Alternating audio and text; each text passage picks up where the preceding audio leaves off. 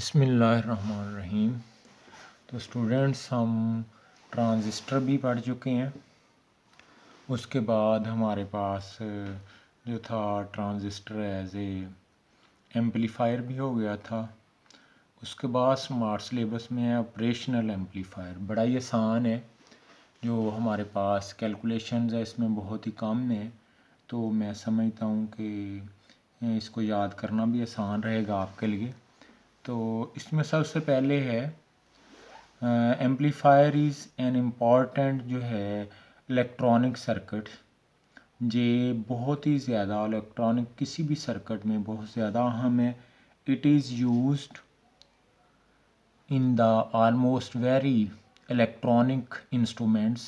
So instead of making amplifier circuit, बजाय इसके कि हम एम्पलीफायर सर्किट जो है वो पूरा डिज़ाइन करें, इसको हम क्या कर लेते हैं, जब हमने ऑपरेशनल एम्पलीफायर बनाना होता है तो integrated on the small silicon chips बनाई जाती हैं and enclosed in the capsule, और उसको कैप्सूल के अंदर यानी कि एक जो है वो हमारे पास इंसुलेटिंग बॉक्स के अंदर जो है वो बंद कर दिया जाता है और सिर्फ पिन्स बाहर निकाली जाती हैं।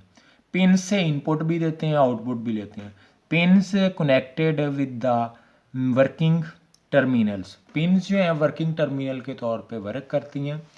और प्रोजेक्टेड जो हमारे पास है आउटसाइड द कैप्सूल, वो प्रोजेक्ट की जाती हैं, बनाई जाती हैं बाहर जो कैप्सूल के है।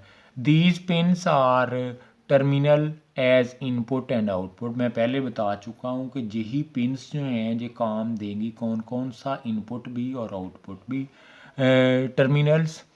उसके बाद हमारे पास है पावर सप्लाई, इससे हम देंगे। It is shown in figure, जी हम मैंने फिगर में थोड़ा सा दिखाया भी है। इसमें जो पिन्स हैं 1 2 3 4 5 6 7 8 तक। Such as integrated amplifier is known as operational amplifier, इसको हम ऑपरेशनल एम्पलीफायर कहते हैं। इसकी डायाग्राम जो होती है, जो इसकी हमारे पास सैम्बल है, वो बड़ी ही आसान है कि हमने वही जो है वो जैसे हमने डायोड बनाया था उसी तरह हमारे पास ये दो टर्मिनल्स हैं, एक इन्वर्टिंग है और एक हमारे पास नॉन इन्वर्टिंग है। इन्वर्ट के मीनिंग होते हैं कि उसको चेंज कर देना, जैसे कोई हमने फिगर ली तो जैसे मैथ में कहते हैं रेसिप्रोकल, तो इन्वर्टिंग का जहाँ पे मतलब है कि जो क्रस्ट है वो ट्रफ में बदल जाना, यानी कि उसमें फेज डिफरेंस 180 आ जाना। आगे हम इसको डिस्कस करेंगे। सैम्बल इसकी क्या है वो आपके सामने है। द ऑपरेशनल एम्पलीफायर, इसको OPAMP लिख दें तो ज़ाहिर हो जाता है, is represented by the symbol as shown in figure. It has two input terminals, इसके दो इनपुट टर्मिनल्स हैं, एक इन्वर्टिंग है और दूसरा हमारे पास नॉन इन्वर्टिंग है। तो इन दोनों को हमने लहदा डिस्कस करना है कि इन्वर्टिंग में क्या है और नॉन इन्वर्टिंग में क्या है। इन्वर्टिंग टर्मिनल, इस सिग्नल जो हम that applied at the inverting input को जो हम देंगे इसको नेगेटिव से शो करते हैं। द आफ्टर द एम्पलीफिकेशन, जो एम्पलीफिकेशन इसमें क्या आएगी, as the output terminal with the phase shift 180, इसमें फेज शिफ्ट 180 आ जाएगा। That is why this terminal is called inverting terminal. मैंने छोटी सी डेफिनेशन लिखी है, देखें ये वेव हमारे पास ये इनपुट है और आउटपुट में ये अपर थी और लोअर से स्टार्ट हो रही है और लोअर जो है वो अपर बन चुकी है।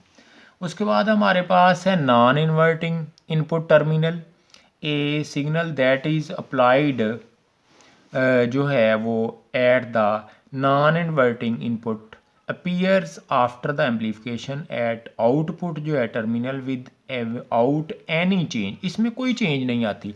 जो फिर क्यों लगाते हैं, क्योंकि इसने एम्पलीफायर तो जो कर देता है, जो वेव छोटी है जो बड़ी हो जाएगी, लेकिन उसमें चेंज कोई भी नहीं आएगी। नेक्स्ट हमारे पास मैंने हेडिंग बनाई है characteristics of operational amplifier. N operational amplifier has large number of characteristics, बहुत ज़्यादा, लेकिन मैंने इधर 3 डिस्कस की हैं। एक तो हमारे पास पहले हम ज़बानी डिस्कस करते हैं, फिर मैं उस पर दोबारा जाता हूँ जो हमारे पास है यानी कि जो मैंने रिटर्न फॉर्म में डिस्कस की हैं। देखें इसमें एक है इन्वर्टिंग, एक है नॉन इन्वर्टिंग टर्मिनल्स। इन दोनों के दरमियान करंट इसमें फ़्लो नहीं करता, क्योंकि हमारे पास इसमें जो करंट है वो फ़्लो नहीं करेगा, तो हमारी इनपुट और आउटपुट को कोई भी लॉस नहीं आएगा, कोई फ़र्क नहीं पड़ेगा।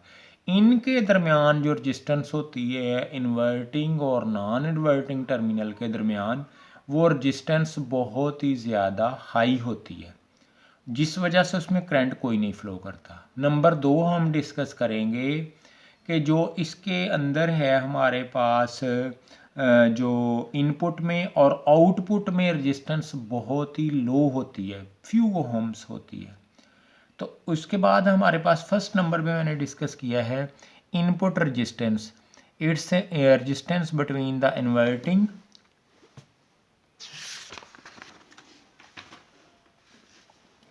and non-inverting terminal of the amplifier. Its values very high of order several mega ohms में जो होती है, so no current flow between the two terminals। बड़ी आसान बात है कि इनपुट और आउटपुट टर्मिनल के दरमियान कोई भी हमारे पास जो है वो करंट फ़्लो नहीं करता। वजह क्या कि इन दोनों के दरमियान जो रजिस्टेंस होती है बहुत ही ज़्यादा ओहम होती है, जो मैंने रजिस्टेंस दिखाई भी है।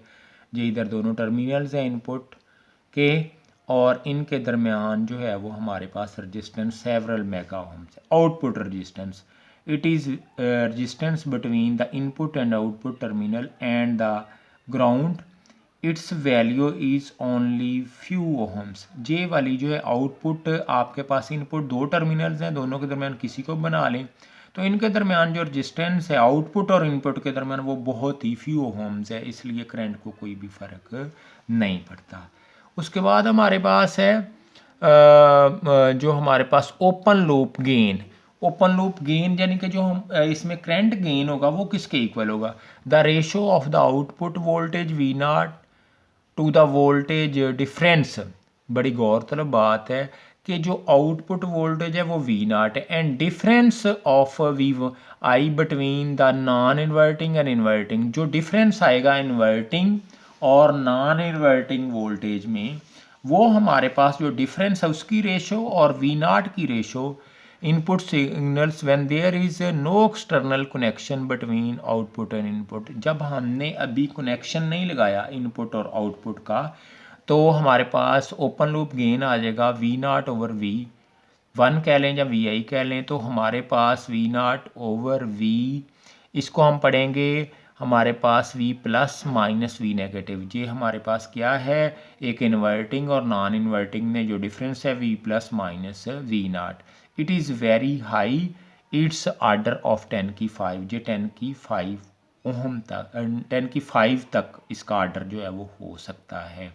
तो ये था हमारे पास ऑपरेशनल एम्पलीफायर, तो उसको मैंने डिस्कस किया है, बहुत छोटा सा आर्टिकल है। दोबारा मैं इसकी समरी पे आता हूँ।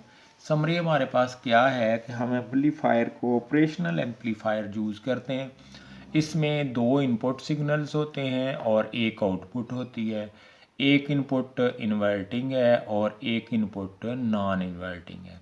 इन्वर्टिंग में और नॉन इन्वर्टिंग में फ़र्क क्या होता है, इन्वर्टिंग इनपुट जो होती है वो हमारे पास ऐसी है कि उस टर्मिनल की इनपुट में एम्पलीफिकेशन के बाद भी जो है वो हमारे पास चेंज नहीं होती, उसमें कोई फेज़ डिफरेंस नहीं आता।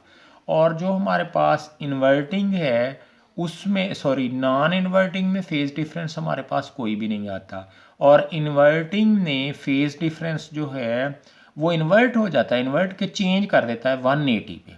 आउटपुट एक है।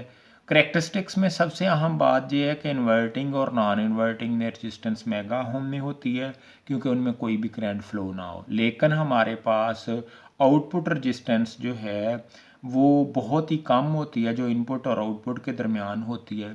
और ओपन लूप गेन जो इसका है वो हमारे पास रेशो है V naught over V plus minus V जो है वो नेगेटिव।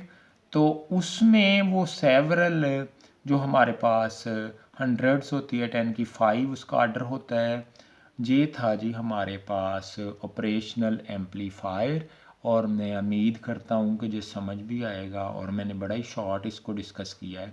फिर भी कोई प्रॉब्लम हो तो वो भी साथ में ये भी डिस्कस करूँगा कि मेरा लेक्चर क्योंकि 8:30 से 9 o'clock है, तो आपके लिए ज़रा उठना उस टाइम मुश्किल है। कोशिश करें कि मैक्सिमम लोग उसमें कुछ ना कुछ डिस्कस कर लिया करें, इसमें आपका फ़ायदा है। चलें जी, अल्लाह हाफिज़, ओके।